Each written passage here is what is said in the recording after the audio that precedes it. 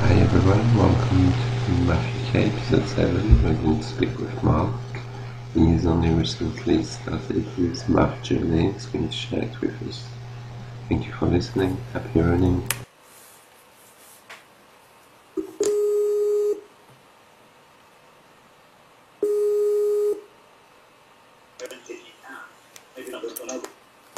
Morning, Lauren. Morning, you okay? Yeah, you? Yeah, good. Sorry about yesterday, I had to dash out. It's alright, it happens. It doesn't matter. You're here today. Hang on a minute, I'm going to turn the radio off first. Give me a sec.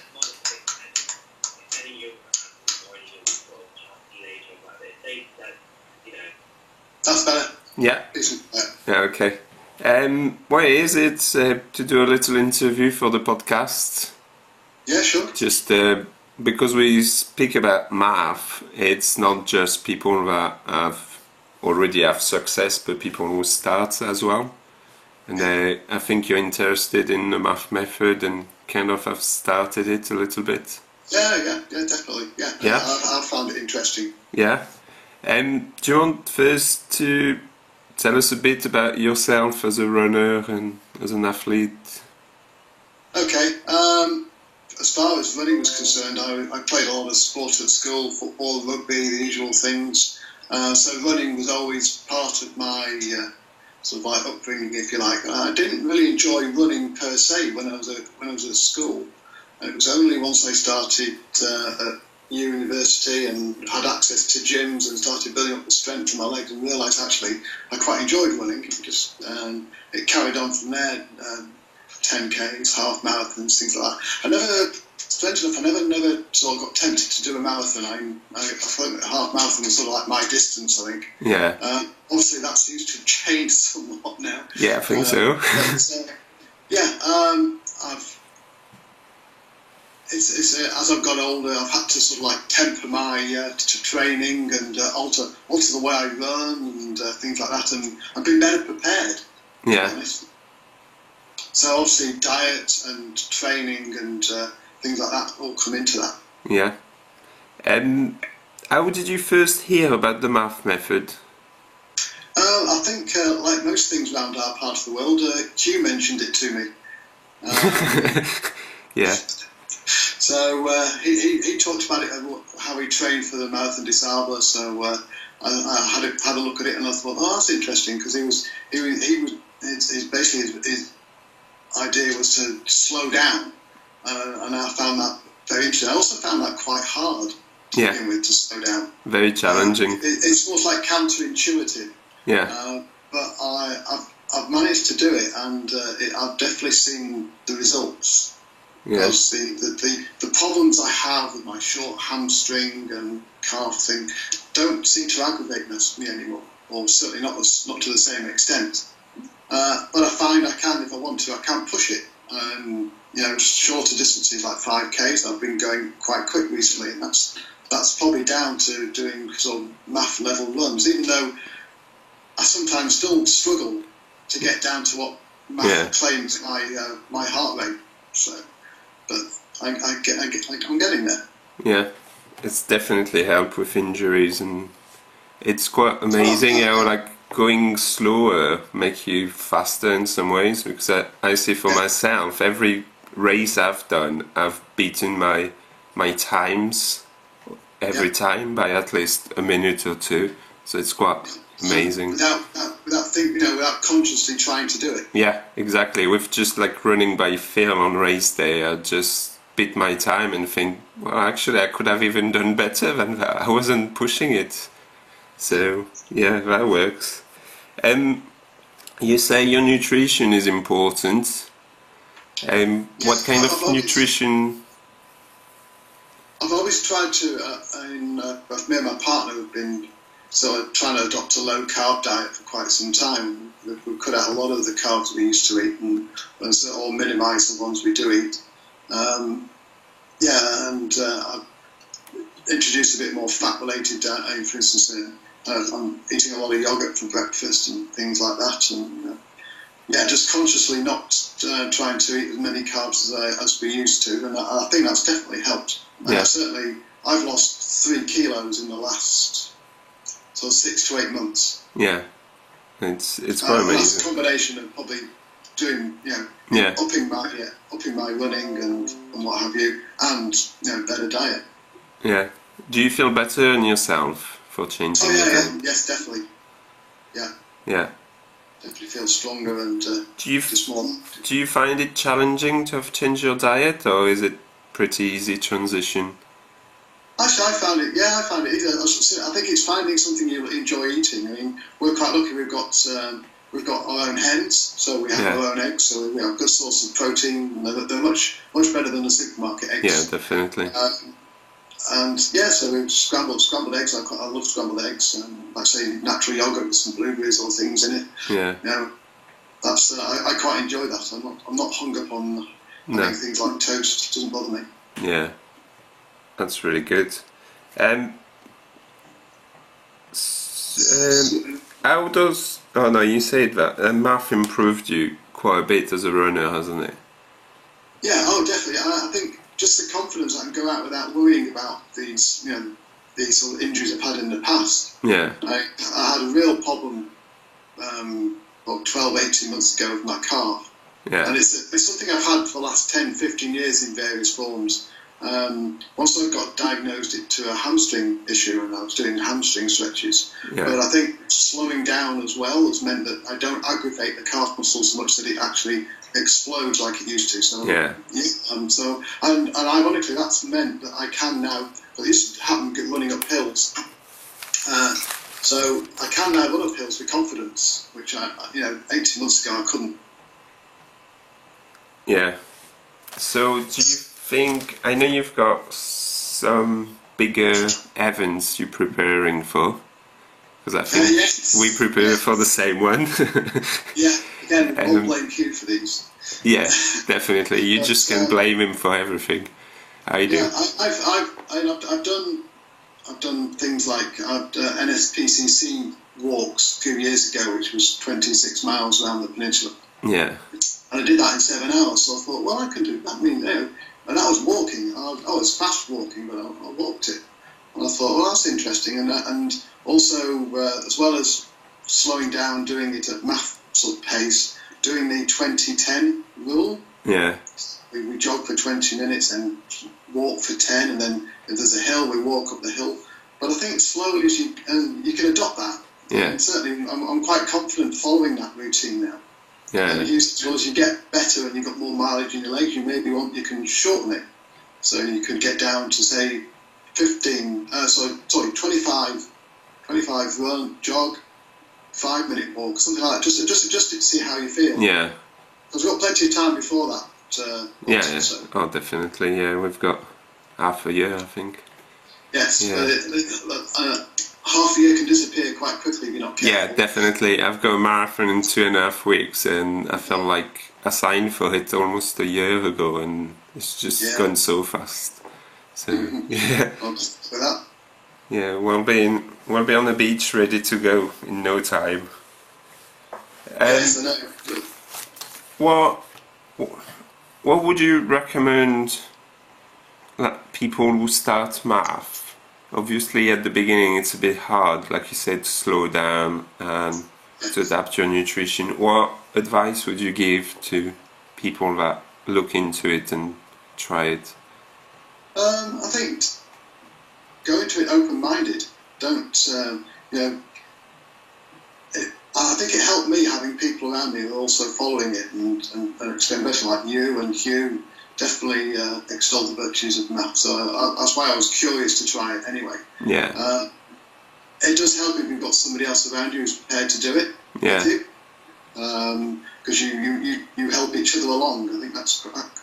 I'm not very good at running on my own. I don't like it too much. So yeah. Running in company, and that certainly helps. And the nutrition thing, I'm still experimenting with, because just trying something I can eat on the road, if you like, that is just works. You don't. One thing I have discovered is you don't need to overfeed yourself. No, you don't. And that's been a bit of a revelation, actually. Yeah.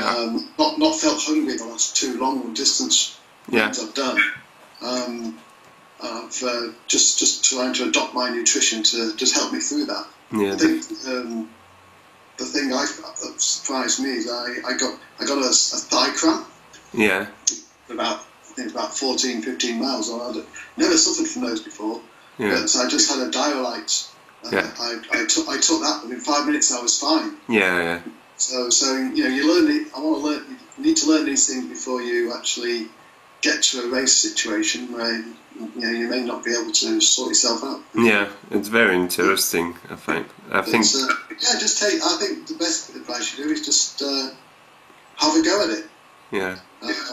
Get some advice. Speak to people. There's plenty of advice out there. Yeah.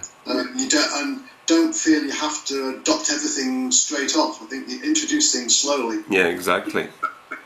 And I think you have to adapt it to your own self, don't you? Yes. I mean, there's guidelines there, but I don't think you should take everything by the letter, because we're all different, aren't we? All different body, different issues. Like you say, you had an arm strain, I had an ITB, but like we're all different, and I think you have to adapt it, adapt the heart rate, adapt your nutrition. But I think more you do it, and more you're aware of your body's needs, and I think that's how you can personalize it a lot. Well, that's what I found anyway. I think you're right. But I know for me it has worked, because, like I said, I've got a marathon in 2 weeks, and I feel confident about it. Like I've got no worries about nutrition, because I'll do it without nutrition, because I don't need it. I've done 20 miles before without nutrition, just drinking, and I was fine. So I'm quite confident about that. And that's a plus, not to have to think of like, oh, half an hour I need a gel, and then an hour I need this, and then I need that. I think that's quite good, isn't it? I've tried those gels, and I don't think they made any difference to me whatsoever. No, I don't see it like. No, I mean, in the past I used like sports drinks and everything, and I don't know. I don't feel that rush that it's helping me more or anything.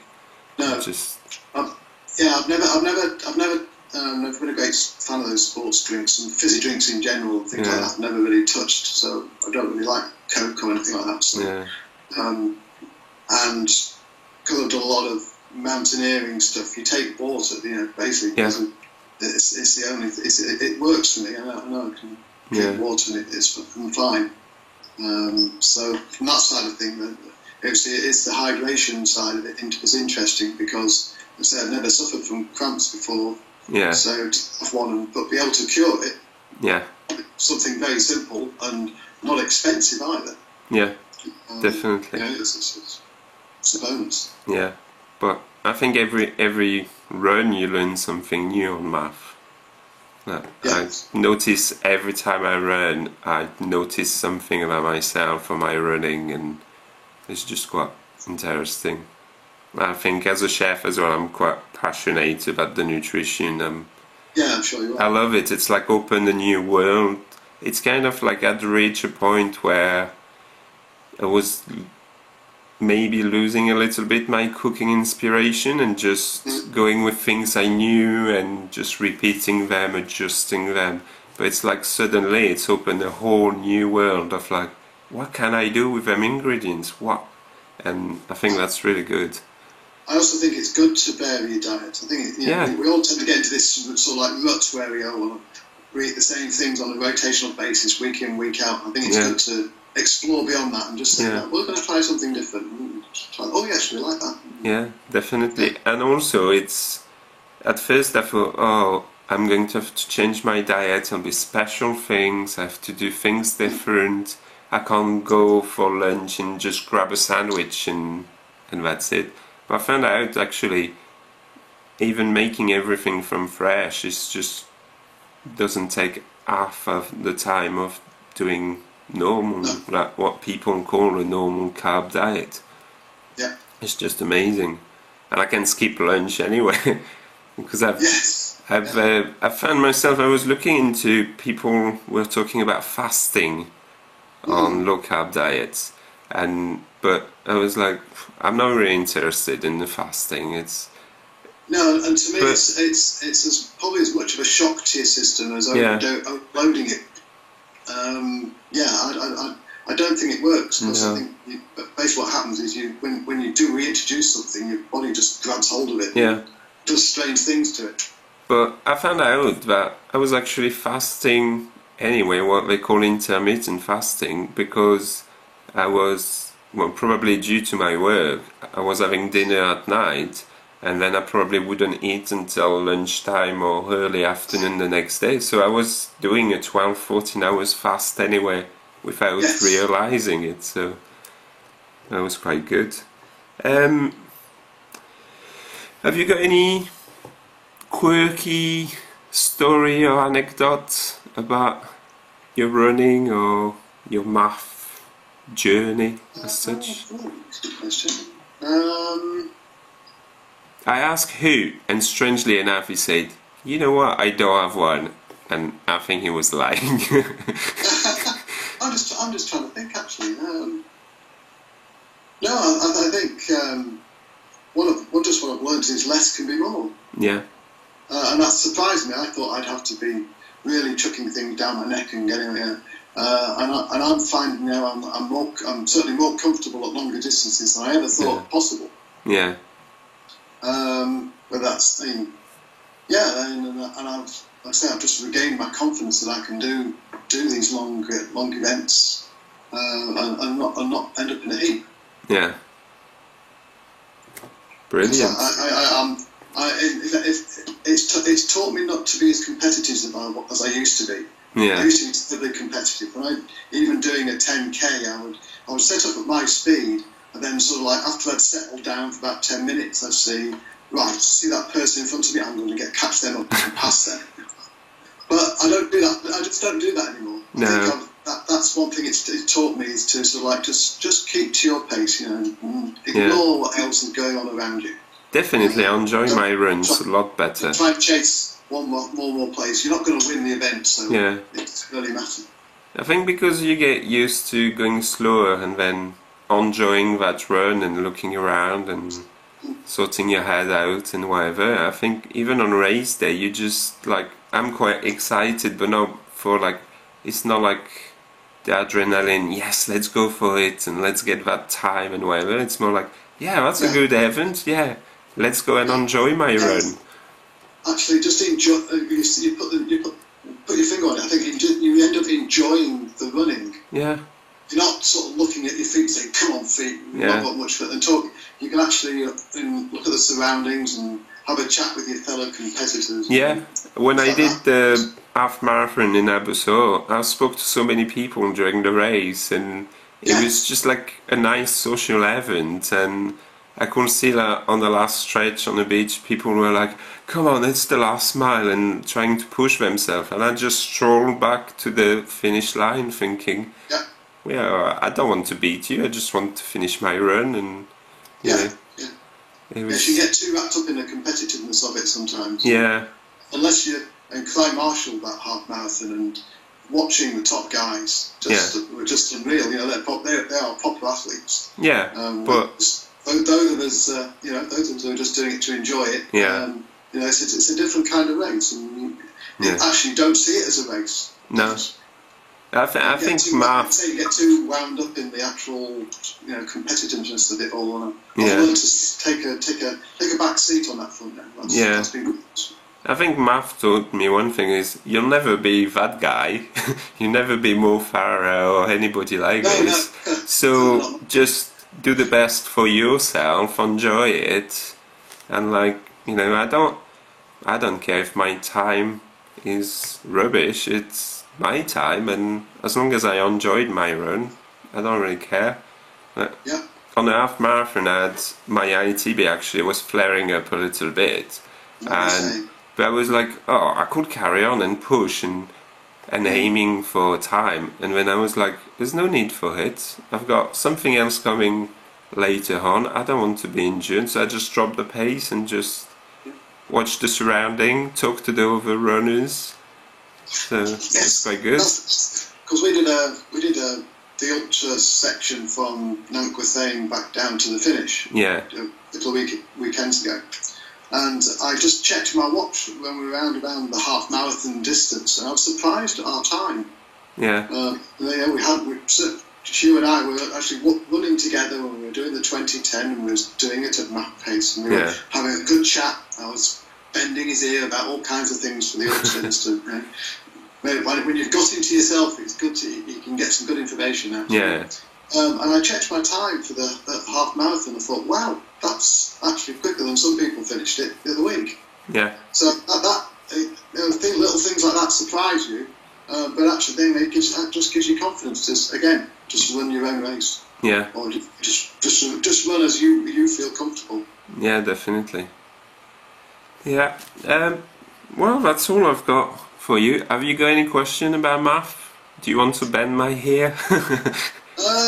No, I think I think I'm on my way now, and I just need to just keep going at what I'm doing, and just I say I'm still playing around a bit with the nutrition on race day, but I think I'm okay with that now. Yeah.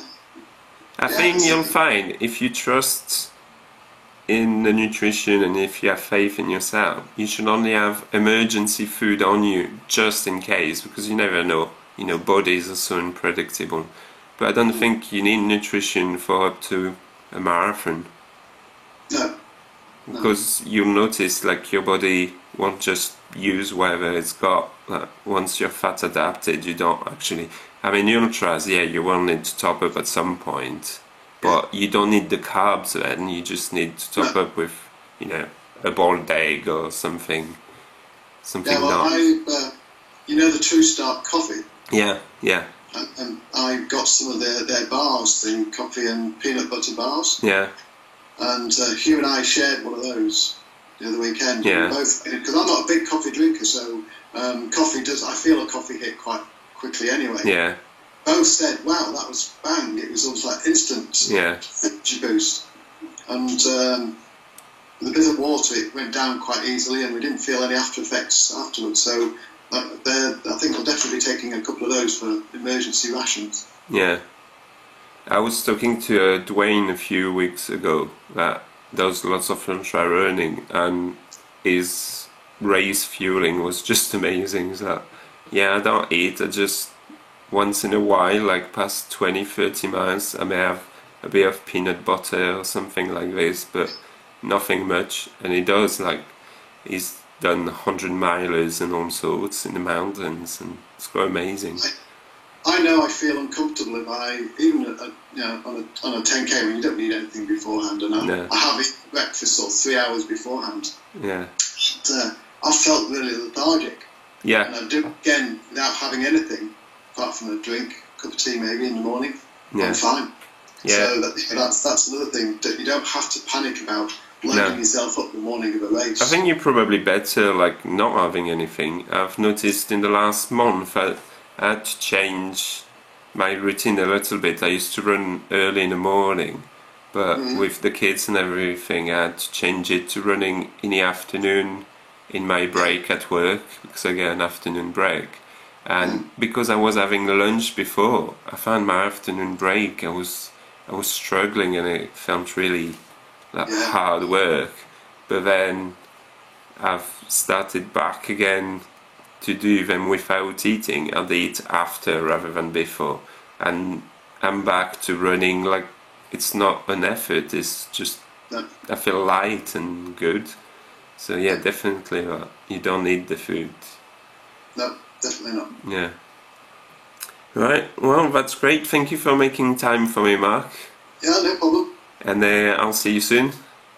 Yeah, probably on the club run. Off to Cody Brennan tonight for the Solomon trail running session. All right. That could be a bit wet and wild. Yeah, but that should be really great. I was looking at doing it myself, but I can't. It clashes with my days off. Hope you found my journey very interesting, like I did, and hope to hear from all you soon. Have a nice week. Happy running.